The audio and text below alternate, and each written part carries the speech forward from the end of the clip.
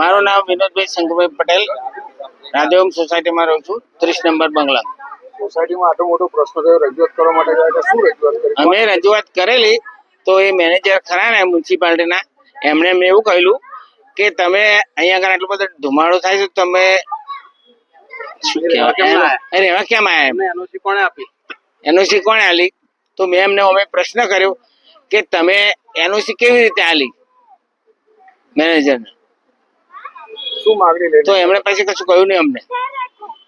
શું તમે રજૂઆત કરી? અમે આજ રજૂઆત કરી હતી પેલા, ત્યાં ધુમાડાનો નિકાલ કરવા અમે છેક સ્થળ પર ગયેલા. આજે ડમ્પિંગ સ્ટેશન છે ને, 25-30 જણા અમે ડમ્પિંગ સ્ટેશન પર ગયેલા. મોડે રૂમાલ બંધ નતું, રહેવાતું નતું.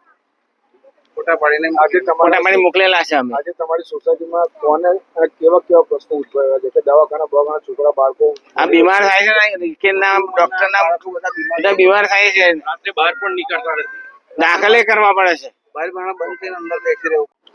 હું સીજી શર્મા એડવોકેટ છું અને રાધેહોમ સોસાયટીમાં રહું છું. ડમ્પિંગ સ્ટેશનને કારણે અમારી સોસાયટીમાં રાતના 5 વાગ્યાથી રાત્રિના 10 વાગ્યા સુધી ઘોર ધુમાડો ફેલાય છે. એને કારણે આરોગ્યને નુકસાન થઈ રહ્યું છે. આ બાબતે અમે કલેક્ટરશ્રીને અને ધારાસભ્યને રજૂઆત કરેલી છે, પણ હજુ સુધી કોઈ એક્શન લેવાયા નથી. અમારી માંગણી એવી છે કે આ ડમ્પિંગ સ્ટેશનને ગમે ત્યાંથી ખસેડી લેવામાં આવે અથવા તો બીજે ક્યાંક બનાવવામાં આવે, પણ એને અહીંયા જે એમાં એ ડમ્પિંગ સ્ટેશનમાં કૂતરા, બલાડા, ગાયો મરી ગયેલી સળગાવવામાં આવે છે. એને કારણે ઝેરી હવાનું પ્રદૂષણ ફેલાય છે. એને કારણે પબ્લિકને પણ બહુ નુકસાન થઈ રહ્યું છે અને શ્વાસોશ્વાસમાં પણ તકલીફ પડે છે. હા, કોર્ટની રાહે પણ અમે કાર્યવાહી કરવા માંગીએ છીએ.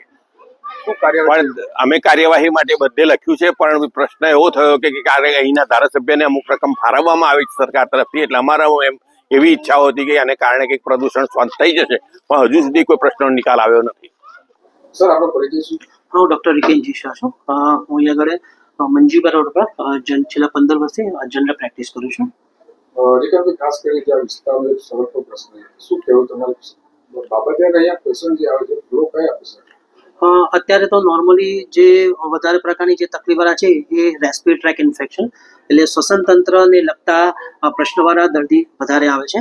અને બેઝિકલી એની અંદર જે ઓલ્ડ એજ છે, જે ડાયાબિટીસ પેશન્ટવાળા જે દર્દીઓ છે, એ લોકોને જે વધારે પડતો જે ધુમાડો થાય છે, એ લોકોને શ્વસન તંત્રને લગતા કમ્પ્લેન વધારે આવે છે. અને જે ઓલ્ડ એજ પેશન્ટ છે એ લોકોને ઘણી બધી તકલીફીનો સામનો કરવો પડતો હોય છે. અને અત્યારે તો 50% જે ચેન્જ ઋતુ થયું છે એમાં 50%થી વધારે એવા પ્રકારના દર્દીની વધારે જોવા મળે છે. સર, ઓપીડીમાં કેટલા સરેરાશ દિવસ દરમિયાન લગભગ પર ડે અત્યારે લગભગ 40 થી 45 જેટલા માત્ર શ્વાસના તકલીફ પડતા દર્દીઓની જોવા મળે છે અત્યારે. સર, ખાસ કરીને જેમ મૃતદેહો બળતા હોય પશુઓના, જીવન ત્યાં કચરો જોતો, એના કારણે જે પ્રશ્નો વધે, શારીરિક પ્રશ્નો જે વૃદ્ધો રહે, કયા પ્રકારના પ્રશ્નો વધે?